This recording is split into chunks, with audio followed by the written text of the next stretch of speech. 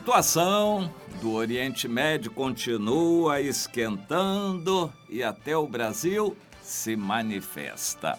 Alguns comentários rápidos a esse respeito.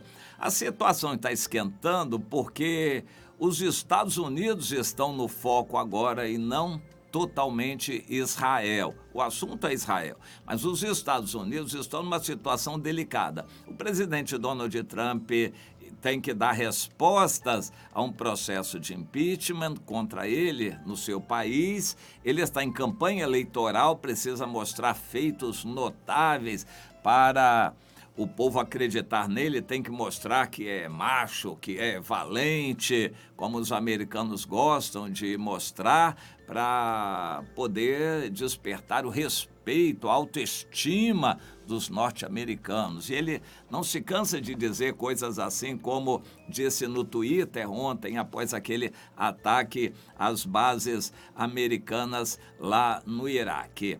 O Irã revidou a morte do general com 2 ataques pequenos, limitados. Foram lançados, não se sabe quantos mísseis, mas coisa de 20 no máximo. Isto de uma forma controlada, só para dar um tapinha, revidar alguma coisa, porque o Irã não tem interesse na guerra agora. Eles ficam esbravejando e falando grosso que vão destruir Israel, fazer e acontecer, mas eles não têm condições e não querem essa guerra agora. É apenas uma verborragia para agradar e satisfazer a população do Irã. Esse ataque que fizeram com mísseis ontem contra 2 bases americanas no Iraque, esses mísseis partiram do próprio país do Irã, porque está relativamente perto. E foi, digamos assim, uma ação oficial do país, assumido pela Guarda Revolucionária, que é praticamente o exército do país. Eles assumiram isto, então é uma resposta oficial, é uma espécie de demonstração de vingança. E eles precisavam dar uma satisfação ao povo do Irã. São mais de 80 milhões de habitantes no Irã, eles precisavam dar uma satisfação. E é claro, é evidente que a notícia que eles vão divulgar lá dentro para a população do Irã não é a mesma que nós recebemos aqui. O presidente Donald Trump já cantou de galo no Twitter, interessante, ele está usando o Twitter, ele gosta do Twitter. E ao invés de dar declaração, ele disse que daria declaração só hoje, um dia depois. Ele faria um discurso à nação, claro que é um discurso mais de candidato, mas ele já mandou o recado dele pelo Twitter. Nós somos a nação mais poderosa do mundo e tal, esbravejando. Ele tem que fazer isso mesmo, mas ele disse que por enquanto está tudo bem. Se mostrou calmo e sem qualquer arroubo maior. Ele estava esperando uma reação muito maior do Irã. O mundo todo estava esperando uma reação grande. O Irã mediu essa reação para não ser grande, de propósito. O Irã não quer uma guerra agora contra os Estados Unidos ou Israel. Eles estão preparando para daqui a 2, 3 anos, quando as condições permitirem. O Irã precisa dominar melhor a situação no Iraque, primeiro forçar politicamente o próprio país do Iraque, o Irã tem influência para isto, para expulsar os americanos. O país do Iraque pode fazer isto. E a outra coisa é consolidar melhor a presença na Síria. Depois, o Irã vai poder partir contra Israel. O Irã também está com pressa de terminar o programa de desenvolvimento de mísseis, certos foguetes e até da bomba atômica para ameaçar mais Israel. O Irã já tem bomba atômica, mas eles querem demonstrar que eles podem fabricar a bomba atômica e só a partir daí, daqui a uns 2, 3 anos, é que eles estarão em condições de atacar Israel. Então agora eles não querem uma escalada, uma guerra. E eles estão, então, medindo, fizeram um ataque pequeno limitado só para demonstrar isto. Eles precisam agradar o seu povo e dizer para o seu povo que eles estão agindo. Em princípio, eles vão dar notícia de que atacaram as bases americanas para satisfazer o povo iraniano ficar pensando que houve uma vingança do seu país. Bom, o ataque foi pequeno, embora pequeno, os mísseis caíram nas bases americanas e este é o problema. Israel, porque é um país pequeno, é um alvo de milhares e milhares de mísseis. Israel não pode se dar ao luxo de ver um míssil caindo lá dentro. Eles têm que atacar os mísseis no ar e destruir os mísseis ainda no ar. Israel desenvolve tecnologia de alta precisão para se defender de todos os mísseis que vem. E eles estão esperando, talvez, uma chuva de mísseis do norte, através do Hezbollah, que está no Líbano, e eles estão esperando e já estão preparados para isto. Eles desenvolveram armas e principalmente o laser para detectar e atacar esses mísseis no ar ainda, para não deixar os mísseis caírem. Os americanos estão muito falhos nisto. Eles têm um poder de ataque, mas não têm poder de defesa. Os Estados Unidos têm bases militares na Arábia Saudita e supostamente teriam obrigação de defender as refinarias de petróleo da Arábia Saudita dos ataques que vieram lá do Irã, mas não conseguiram. Os ataques caíram nas refinarias, destruíram muita coisa nas refinarias de petróleo da Arábia Saudita, porque as armas americanas não foram efetivas e não conseguiram defender.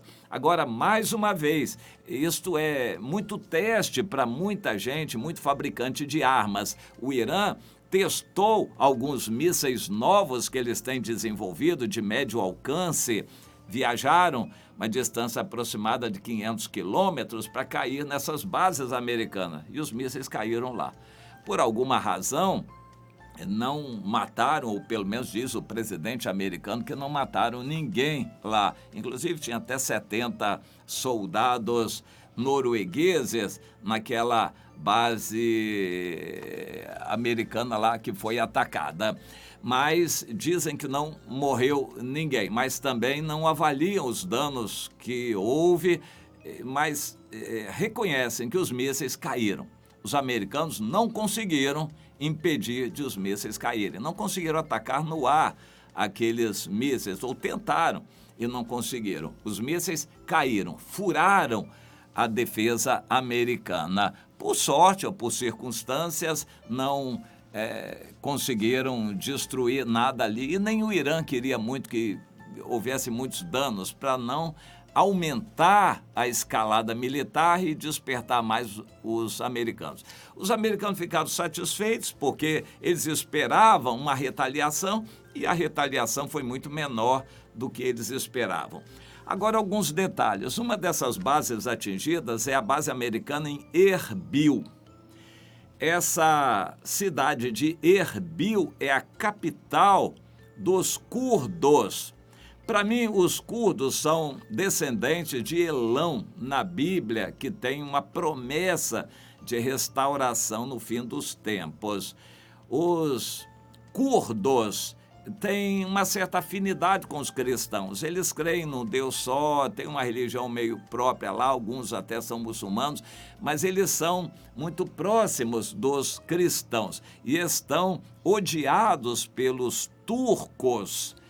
Os curdos odiados pelos turcos. A Turquia odeia, eles são um inimigo número 1 da Turquia. A capital deles é Erbil e o Irã atacou Erbil, talvez até para testar também a defesa dos curdos. Os curdos têm um pouco de tropas, embora eles estejam dentro do território do Iraque, eles têm uma espécie de independência. Eles administram o seu território. Eles, embora estejam no Iraque, eles têm um status de país independente. Os curdos, Kurdistão, e Erbil é a capital desse chamado Kurdistão.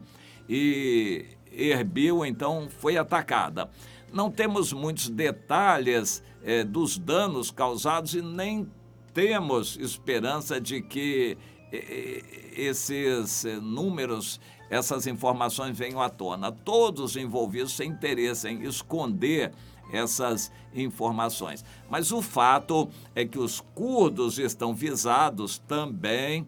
Os americanos estão avaliando a situação, esperando muito mais e veio menos, estão aparentemente satisfeitos com a situação. Se parar por aí, então tudo bem. Mas o mundo fica na expectativa de aumentar um pouco essa situação.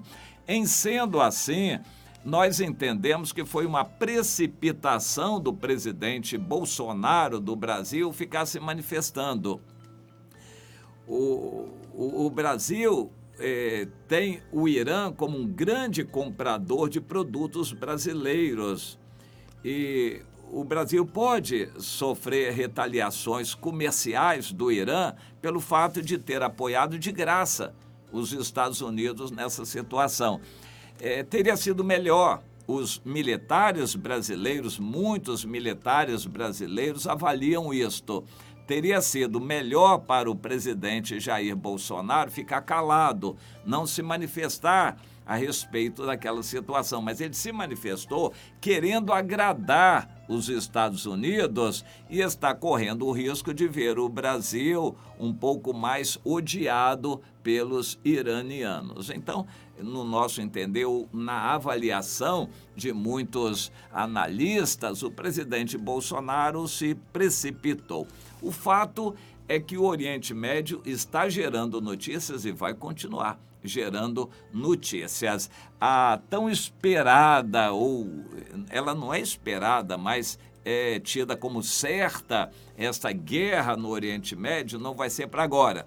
No nosso entender, vai ser para daqui a 3 anos, mais ou menos, mas já vai ser a guerra do Gog e Magog, ou seja, a invasão de Israel pelo Irã, Turquia, Síria, Iraque, com o apoio da Rússia, mas isso é o cumprimento da profecia de Ezequiel 38 e 39, o Gog da terra de Magog. Isto já vai ser na grande tribulação, no nosso entender. Então, antes disso, o arrebatamento já terá acontecido.